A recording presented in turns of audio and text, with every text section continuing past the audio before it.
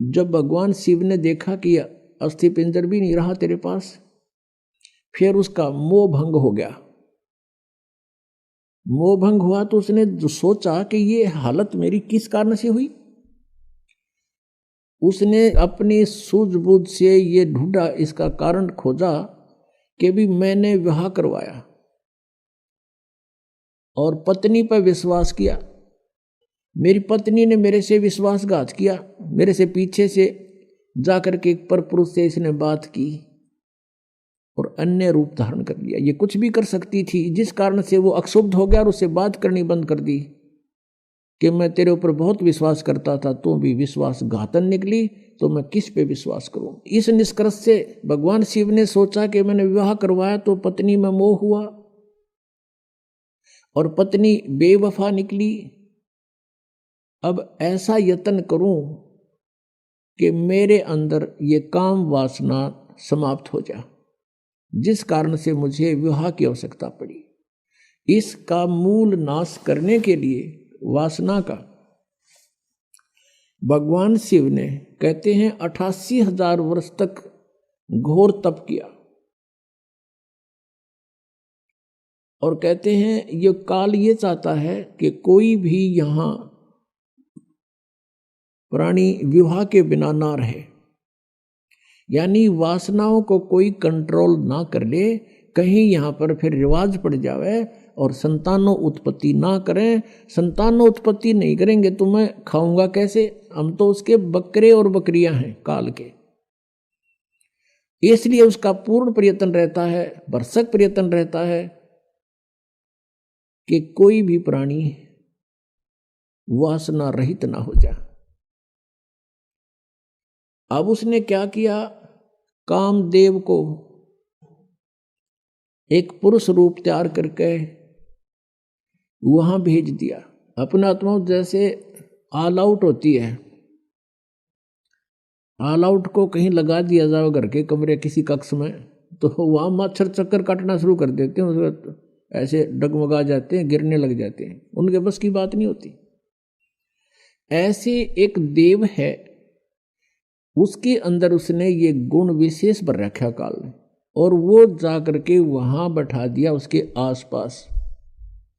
तो उसके कारण भी भगवान शिव जी में कोई अंतर नहीं हुआ, वो तप करता ही रहा। फिर उसने कामदेव ने अपनी पत्नी, उसका नाम रति है, उसको भेजा। वो बहुत खूबसूरत है, भगवान शिव के सामने डांस करने लगी। उसने सारा कुछ कर लिया, भगवान शिव पर कोई असर नहीं हुआ। और यहां तक कहते हैं कि भगवान शिव ने अपना तीसरा नेत्र खोल के और कामदेव को वहां नाश कर दिया, भस्म कर दिया। तो फिर ये सब काल के जाल हैं जो ब्रह्मा विष्णु महेश के भी समझ में नहीं आई थी ये बातें। भगवान शिव ने सोच लिया कि मैं अब वासना रहित हो गया, अब ना रहेगा बांस ना बजेगी बांसुरी, ऐसा काम कर दिया। वहां से चल पड़े, अपना आराम से विचरने लगे, घूमते रहते हैं, बैठते हैं, फ्री आराम से रहते हैं।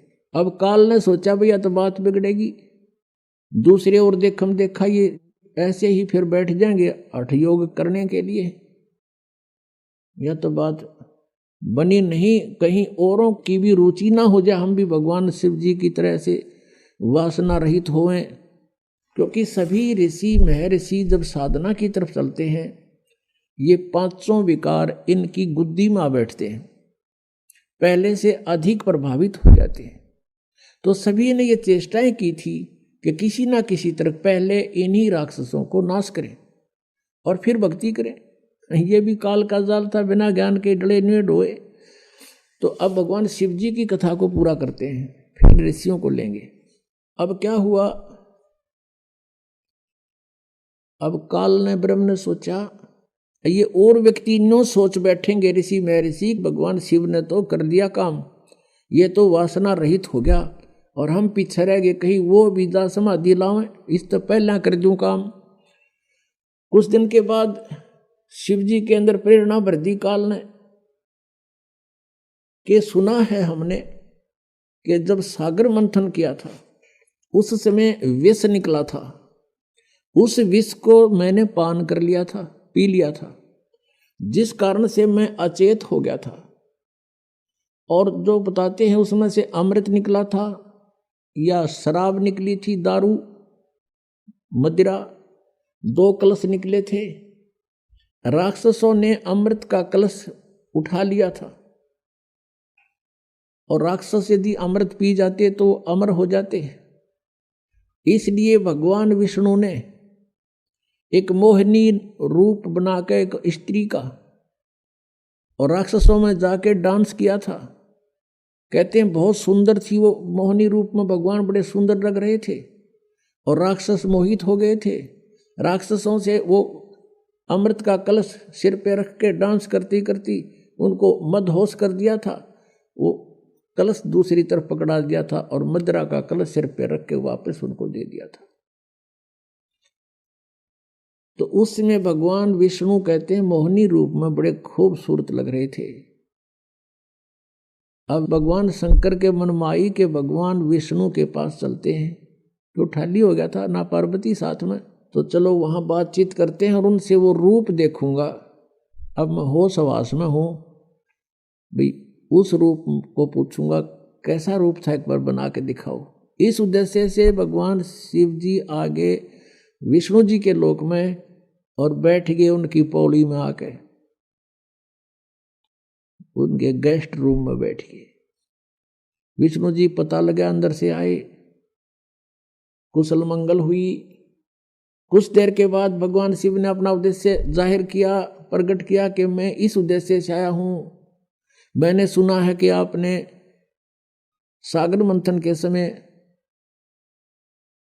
एक बहुत सुंदर मोहिनी रूप बनाया था।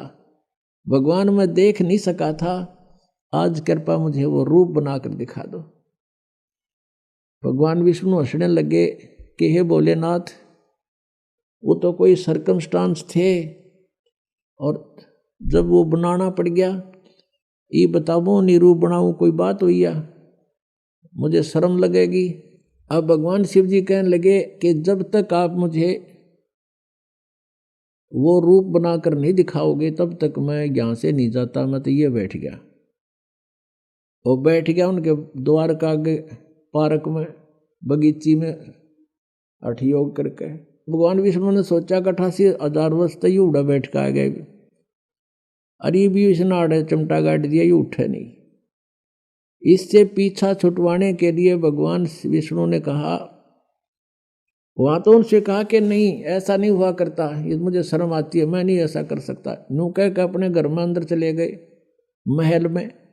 वहां से अंतर ध्यान हो गए और उसी बाग में, सामने भगवान विष्णु का बाग था उस रेस्टोरेंट का, उसमें कुछ दूरी पर एक सुंदर लड़की का रूप धारण कर लिया।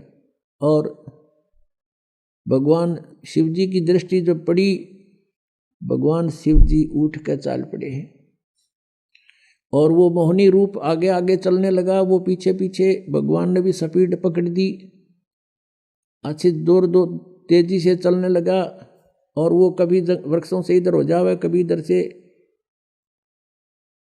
और जाके भगवान शिव ने उसका हाथ पकड़ लिया। पहले भगवान शंकर पूछ रहे थे विष्णु जी से कि ईसा मोहिनी रूप के हो गया, सारे बावड़े बना दिए हुए राक्षस, उन होश ना रहे आग भी, तो उसने कलश भी बदल दिया, ऐसे कभी हो सकता है, न्यू कह रहे थे। तो जब उसने देखा भगवान शिव जी नो सीधे चल पड़े, लड़की तो ऐसे ऐसे चल रही है छड़ों से कांटों से बच के, और भगवान शिव जी सीधा कांटा में गौ लिया बाईपास, और जाकर उस लड़की का हाथ पकड़ लिया। जो ही उसने हाथ छुआ उसी समय भगवान विष्णु जी अपने रूप में खड़े हो गए और हंसने लगे। अग भोलेनाथ उनको न्यू मूर्ख बना दिया, जैसे इतने काटे भी ना दिखे, माँ छड़िया में कहा गया सीधा। और उधर से वह वासना कित गई, 88,000 वर्ष डरे ढोकाया तू, कहाँ गई वो साधना तेरी। इसके विषय में परमेश्वर कबीर जी कहते हैं, जैसे अग्न काष्ट के माही है व्यापक पर दिखे नाही, ऐसे कामदेव पर चंडा व्यापक सकल दीप नौखंडा, कि जैसे अग्नि काष्ठ के अंदर लकड़ी में विद्यमान है पर दिखाई नहीं दे रही, ऐसे ही ये वासना आपके प्रत्येक प्राणी के अंदर विद्यमान है। और जब ही इसको थोड़ी सी भी कहीं से आंच मिल जाएगी, आग ज्यों की त्यों है। परमेश्वर कहते हैं जिन साधनाओं को तुम कर रहे हो, इनके आधार से विकार मरे मत जानियो। जैसे भूबल में आग, जैसे गोस्सा होता उपले, या कोई अग्नि को जो लकड़ी जल जाती है, धंधकती रह जाती है, उसको अंगार बोलते हैं। उस अंगार को राख में दबा दिया जाता है और कुछ घंटों के बाद उस राख को ऊपर से ऐसा लगता है जैसे ये बिल्कुल शांत हो चुकी है, उसमें कोई हीट नहीं रहती, गर्मी नहीं होती।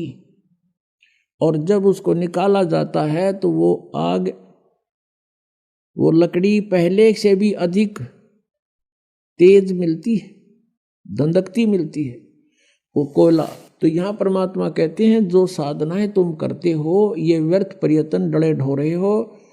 विकार मरे मत जानियो, जो भूबड़ में आग, ये थोड़े से दिन शांत हो जाते हैं और जब भी अवसर आता है ये नो के नो एज इट इज मिलते हैं। इनका तरीका बताया परमात्मा ने, जो हम साधना बताएं और ज्ञान आधार से ये आपके जो विकार हैं ये शांत हो जाएंगे और धीरे धीरे ये बिल्कुल नॉर्मलाइज हो जाएंगे।